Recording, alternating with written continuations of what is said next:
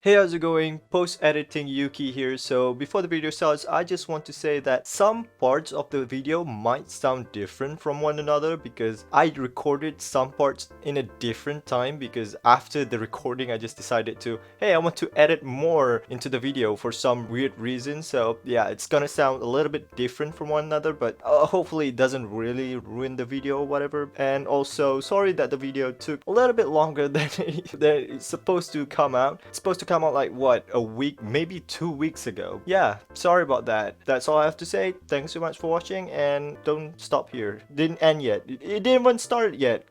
Enjoy. Thank you.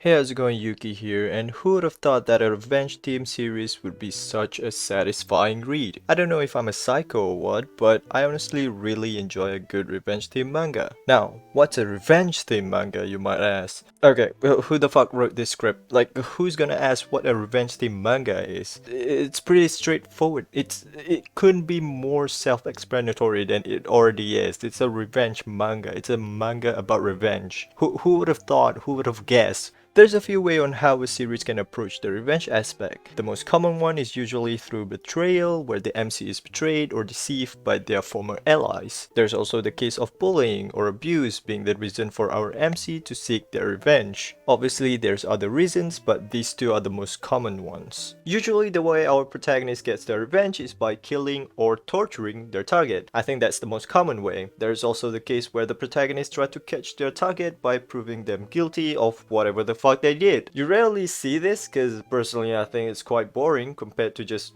straight up killing or torturing the traitor or betrayer, but they do exist. I think a good example of this is maybe Tate no Yusha Shield Hero, though I think that's quite far-fetched. Spoiler alert, by the way, wee woo. Sure, in the end they did just expose that the king and mine being guilty and also proving Naofumi's innocence, but originally, at least in the manga, Naofumi just wants to kill these two people, but the queen just went, no, you can't do that, and Naofumi just like, alright, fine, we just changed their name, I guess. It went a little bit different in the anime, not sure about the light novel, but that doesn't matter. The point is, they're both not dead, and they just, prove them being guilty and whatnot, so it counts, I guess.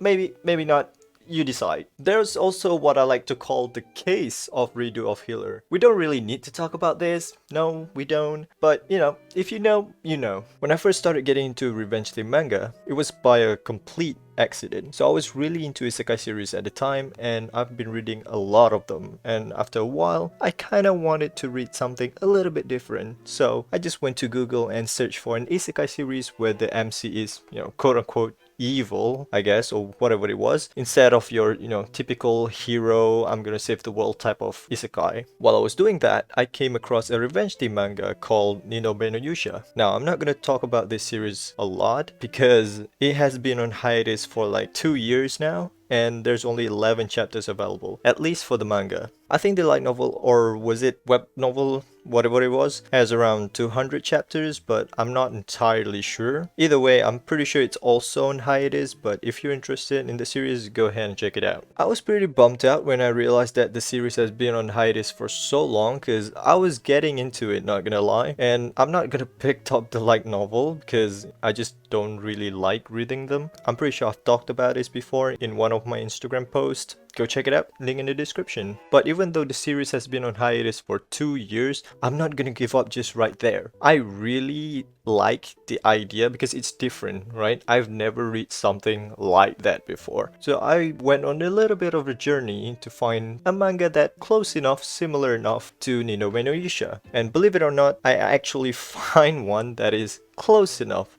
There's quite a few resemblance. So the series that I'm talking about is, oh my god, I'm gonna butcher the fucking name. It's called Fukushi wo koinegao Saikyo Yusha wa Yami no Chikara de Senmetsu Musosuru, or The Strongest Brave Who Craves for Revenge, Extinguished with the Power of Darkness, or also called The Dark Massacre of the Vengeful Hero. So the manga is still updating with 58 chapters as of this time of recording, and unlike Ninobe no Yusha, this series is not an isekai, but both are fantasy series, so close enough. Now, let's try and compare the similarities between these two series. So in both series, the MC is selected to be the hero to kill the Demon Lord, Demon King, whatever it was, cause, and after killing them, both MC are betrayed by their party members and also the princess of their kingdom. Both MC got killed, though in Vengeful Hero, the MC is publicly executed, while in Nidome no Yusha, the MC is executed in secrecy, or in secret. Both MC obviously got reincarnated, though for different reasons. And finally, both MC develop this kind of twisted personality when they are reincarnated. So to put it simply, they're just batshit insane. So that's more or less the comparison that I could make between the two series, since Nidome no Yusha manga only got 11 chapters out. In Vengeful Hero, our MC name is Raul, or your typical hero character destined to defeat the Demon King, blah blah blah. So the series started with him already defeated the Demon King, and after returning to the royal capital, he was publicly executed for quote-unquote rejecting the princess. Right before his death, he vows to basically kill and torture everyone that betrayed him, especially the princess. After his death, he met this goddess of love who apparently really in love with Raul, and he kinda just manipulate her into reincarnating him. And as the story goes, you will learn more and more about Raul, about his past, why he became a hero, and why he was betrayed, and so on and so forth. Now, what do I feel about the series? I think it's either hit or miss. Either you like it or you hate it. It's violent, gory, there's some pretty gross stuff, and almost all of the major characters or important characters are kinda twisted in one way or another. You have the MC, Raul, who have this like split personality kind of, where sometimes he just jokes around like a little child, and sometimes he just went,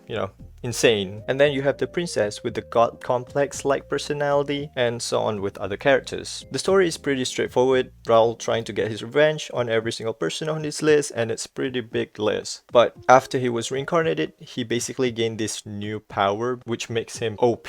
So it's not like he's struggling or whatever, he's just playing around and toying around with his prey until he is satisfied. So I think the charm of the series is that it's pretty straightforward. If you're in it for the revenge, for the torture, then you might like it. But if you want a revenge manga with a more complicated or more in-depth, I guess, story, you maybe wouldn't enjoy it as much. However, one thing I like about the series is that the way that he got his revenge on each character is completely different and also unique from one another. So if you're a psychopath like me, it's kinda exciting to see how he's gonna torture his next target. Like, ooh, what is gonna do to this one person now? Ooh, how is gonna torture this guy? I also like the fact that he just do whatever the fuck he want and however the fuck he want, because he's just that OP. He can literally do anything he wanted. He's not necessarily bad or evil, well, he's not really good either, but he didn't just go and kill every single person that he sees, only the people that did him wrong, and he would torture them in the most cruelest way possible. So yeah, that's pretty much it for the series. One genre I've seen that uses the revenge theme a lot is actually isekai. Like I said earlier, I first started getting into revenge manga because of isekai. So I'm not gonna talk much about this, but here's a few isekai revenge manga that I enjoyed reading. So we have Garbage Brave, I Became the Strongest with Failure Frame, Arifureta from Commonplace to World's Strongest. To be honest, I don't really consider Arifureta as a revenge series, but some does, so I'll just leave it here since the story is good anyway, so who cares. And lastly, Yondome wa Iyana Shizokuse Majusushi. Hopefully I didn't butcher that. This one is actually pretty unique and different from the rest, but still very interesting nonetheless. Now, if you're not a big fan of fantasy but still want some of the good revenge story, I do have a couple recommendations. There's two manga that I read with, how do I say this?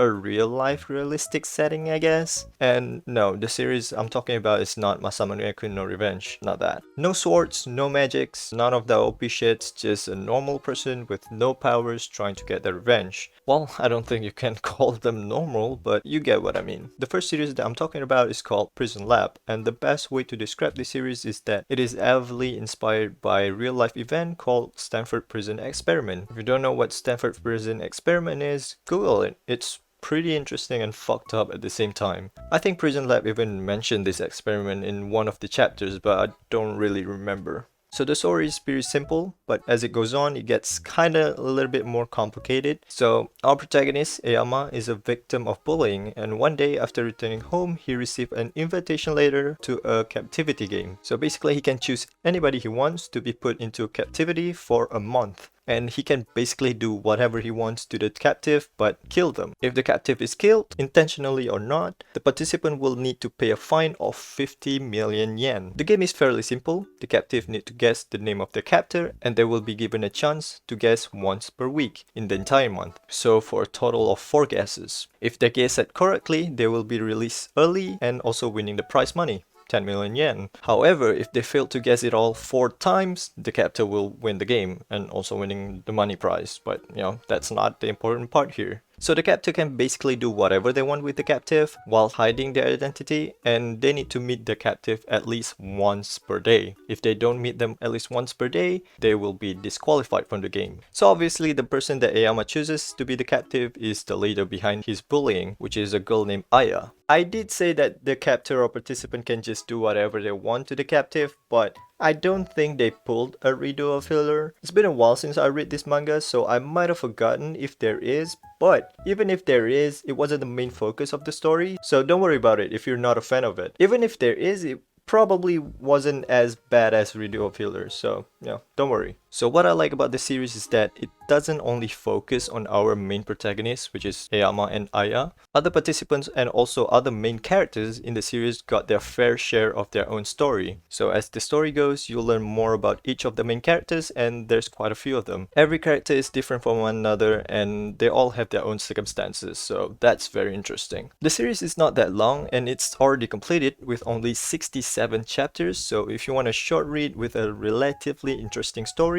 give it a shot. Now what I don't like about the series is that I feel like they purposely make the story more and more complicated towards the end. At least that's how I feel about it. It doesn't necessarily ruin the story and it wasn't necessarily a bad thing, but I just think some parts or the details are unnecessary. Now for the second series, I don't want to talk about it too much because I've been recording for a bit too long now, but the series is called Jujika no Rokunin, or Cross of 6 People. So the story is about, again, a victim of bullying named Shun. He was bullied by a group of 5 friends, and some of the stuff that they did to him is a little bit, how do I say this, unrealistic since they're all still young. However, everything that they did to Shun is very cruel and violent. Now Shun has been enduring it all and never talked to anyone about him getting bullied until one day his younger brother noticed something's wrong with him and he finally confessed to his parents about everything that has ever happened to him. After that, they decided to transfer Shun to a different school, and that was a big mistake because these 5 kids, they tracked Shun down until one day they decided to confront him just to tell him that something's bad gonna happen to their family, to his family, which is his parents and also his younger brother. And not too long after that, his family got into an accident with his parents both dead while his younger brother is in a critical state. While he was at the hospital looking after his younger brother, his uncle offered him to stay with them, but he decided to stay with his grandpa. Why, you might ask? Because he remembered that his gramps got a rifle and he gonna use that fucking shit to shot these fucking kids up, I guess. I don't know. Well, that was the plan until he found more than just a gun. And what he found out is that his grandpa used to be part of a secret unit during the World War II, and his grandpa is specialized in,